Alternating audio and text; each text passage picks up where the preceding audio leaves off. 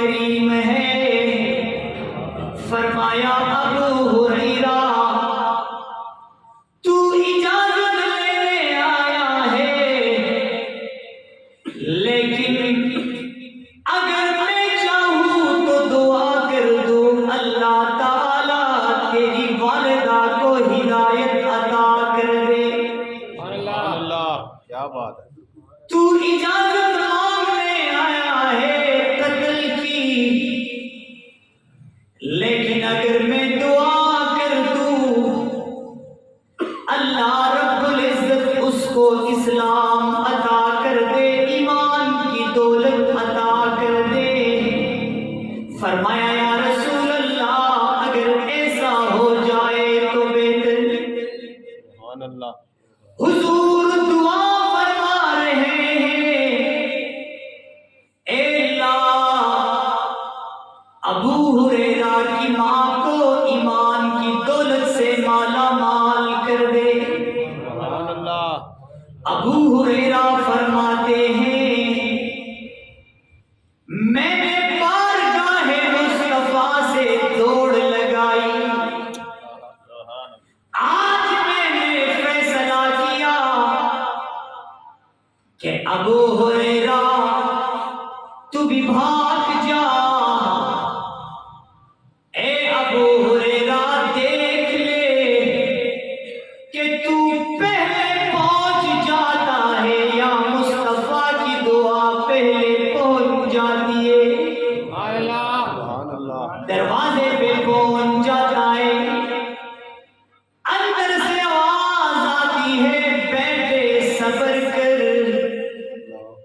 تھوڑی دیر بعد دروازہ کھلتا ہے، وہی ماں ہے تھوڑی دیر پہلے مصطفیٰ کے خلاف بولتی تھی، لیکن ابھی جب مصطفیٰ کی نظر پڑی دعا پہنچی، اے میرے بیٹے مجھے مصطفیٰ کے پاس لے چلو تاکہ میں بھی کلمہ پڑھ لوں. نعرہ تکبیر، نعرہ رسالت، نعرہ تحقیق، نعرہ حیدری، تاجدار ختم نبوت. ابو ہریرہ نے فرمایا کہ مجھے یقین آیا کہ میں بہت فاسٹ آیا تھا، لیکن محمد رسول اللہ کی دعا میرے سے بھی پہلے پہنچ گئی تھی. کیا بات ہے. پھر دیکھ لیں اپنے ایمان کو ٹیلی کر لیں کہ آیا ہمارا جو ایمان ہے وہ کس کوالٹی کا ہے اور صحابہ کرام کا ایمان کس کوالٹی کا تھا. حضرت زید رضی اللہ تعالی عنہ یہ ایک صحابی ہے، اور وہ صحابی ہے کہ آپ تاریخ اسلام اٹھا کر دیکھ لیں کہ غلاموں میں سب سے پہلے ایمان لانے والے حضرت زید، وہی زید جس کے والد کا نام حارثہ. بچپن میں اپنی ماں کے ساتھ اپنے ماموں کے گھر سے آ رہا تھا. راستے میں بنو تین قبیلے کے ڈاکوؤں نے جب قافلے کو لوٹا تو بہت سارے اموال کو لے کے چلے گئے، لیکن ساتھ زید کی ماں سے زید بھی چھین کے لے گئے. ماں تھی اور تکلیف اور پھر بیٹے کی جدائی وہ برداشت سے آؤٹ. ان ڈاکوؤں نے جب زید کو چھین لیا، عکاس کی منڈی میں فروخت کر دیا، اور لیا کس نے؟ خدیجہ الکبریٰ رضی اللہ تعالی عنہا کے ایک چچا نے خریدا. انہوں نے زید کو کے حوالے کیا. اور جب خدیجہ الکبریٰ رضی اللہ تعالیٰ عنہا کی شادی حضور نبی پاک صاحب الاوراق صلی اللہ علیہ وسلم کے ساتھ ہوتی ہے تو خدیجہ الکبریٰ رضی اللہ تعالیٰ عنہا نے زید کو ایز اے گفٹ حضور نبی پاک صلی اللہ علیہ وسلم کو پیش کر دیا. سال گزر گئے، زمانے گزر گئے، چلتے چلتے کچھ لوگ زید کے قبیلے سے مکے آئے تھے. انہوں نے زید کو پہچانا، واپس جا کر حارثہ کو بولے حارثہ مبارک ہو، آپ کا بیٹا زید ہم نے مکے میں دیکھا ہے. حارثہ اپنے ساتھ بھائیوں کو لے کر کچھ رقم لے کے مکے آتے ہیں. پوچھ کر جب محمد رسول اللہ صلی اللہ علیہ وسلم کے در اقدس پہ آتے ہیں، حضور نبی پاک صلی اللہ علیہ وسلم نے پوچھا حارثہ کس مقصد سے آئے؟ جواب دیا ہمارا ایک بیٹا آپ کے ہاں غلام ہے، ہم یہ چاہتے ہیں کہ آپ یہ پیسے لے لیں اور یہ بیٹا ہمارے ساتھ چھوڑ دیں. وہ حارثہ کو پتہ نہیں تھا، ان کو تو معلوم تھا ہی نہیں کہ کس سخی کے دربار میں آئے ہوئے، اسی سخی کے دربار میں آئے ہیں کہ وہ خود فرماتے ہیں انما انا قاسم واللہ یعطی، اللہ عطا کرنے والا، مصطفیٰ تقسیم کرنے والا. تو کس طرح عطا کرنے والا ہے؟ قرآن کھول کے دیکھے، اللہ جس کو عطا کرتا ہے بغیر حساب عطا کرتا ہے، اور جو اللہ بغیر حساب عطا کرے، جس مصطفیٰ کو عطا کرے اور جو مصطفیٰ تقسیم کرے، کیا وہ حساب سے تقسیم کرے گا؟ نہیں، بے حساب دولت جس کو ملتی ہے وہ بے حساب تقسیم کرتا ہے. ارے صاحب آپ آئے ہیں بیٹے کو لینے، لیکن فیصلہ آج میں نہیں کروں گا، فیصلہ تیرا بیٹا خود کرے گا. اگر میرے ساتھ رہنا چاہیں تو آپ کا اس پر کوئی زبردستی نہیں، لیکن اگر تیرے ساتھ جانا چاہے تو خدا کی قسم میں 1 روپیہ نہیں لوں گا، آپ لے کے چلے جائیں. ابھی امتحان آیا، لیکن قربان جاؤں چھوٹے سے بیٹے زید پر، اس کے ایمان پر، اس کی وفا پر، عشق مصطفیٰ کے ان لذات پر، ان چنگاریوں پر جو ان کے سینوں میں تھی. زید یہ کون ہے؟ یا رسول اللہ میرے والد محترم حارثہ، یہ میرے خاندان والے فیملی ممبرز آئے ہوئے.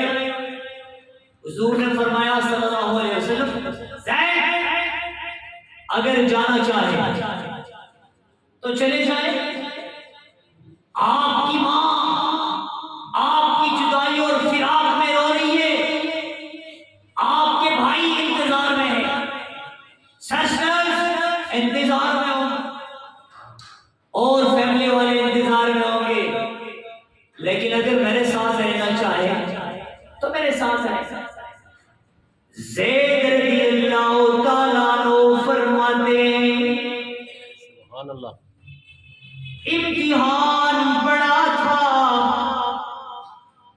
ایک طرف باپ، دوسرے طرف مصطفیٰ،